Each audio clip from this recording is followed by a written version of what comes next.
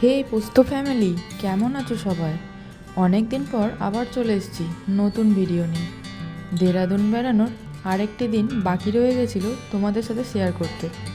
তো দেরাদুনের দ্বিতীয় দিনে চলে গেছিলাম এই মহাদেবের মন্দির দর্শন করতে। এই মন্দিরটা ছিল একটা পাহাড়ের নিচে, ছোট্ট গুহার মধ্যে। ওই মন্দিরের ভেতরে ক্যামেরা অ্যালাউ ছিল না, তাই তোমাদের আমি বাইরেটাই ঘুরিয়ে দেখালাম।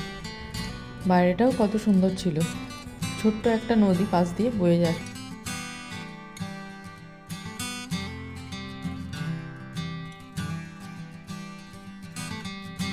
দর্শন শেষে চলে গেলাম আমরা ইলোরা নামের বেকারি শপে। দেরাদুনে এসছি আর বেকারি শপে যাব না তা তো হয় না। ইলোরা হলো দেরাদুন ফেমাস বেকারি শপ। এই দোকানে ঢুকে এত খাবার আইটেম দেখে আমার চোখ তো গেল হকচকিয়ে, কোনটা ছেড়ে কোনটা খাবো। প্রত্যেকটাই অসাধারণ টেস্টি মনে হলো যেন, তাই একটা একটা করে আমরা টেস্ট করতে লাগলাম। তো সবশেষে বেশ কিছু কুকিজ শপিং করে বাড়ির জন্য ফিরে গেলাম হোটেলে। দেখো কত রকম আইটেম, খেয়ে শেষ করে যাবে না, কিন্তু দেখে তোমার খেতেও ইচ্ছা করবে।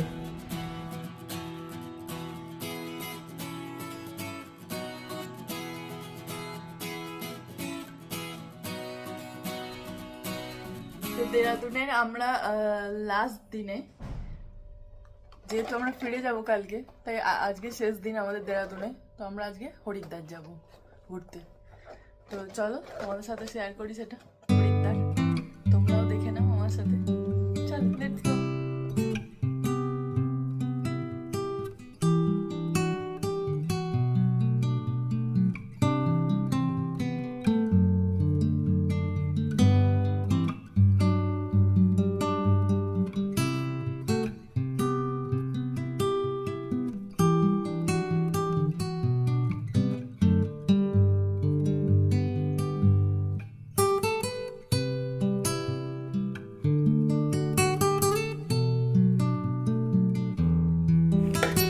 হরিদ্বারের গঙ্গা জল নিয়ে আর সন্ধ্যা আরতি দেখে হোটেলে ফিরে গেলাম তাড়াতাড়ি, কারণ সকাল সকাল ছিল ফ্লাইট।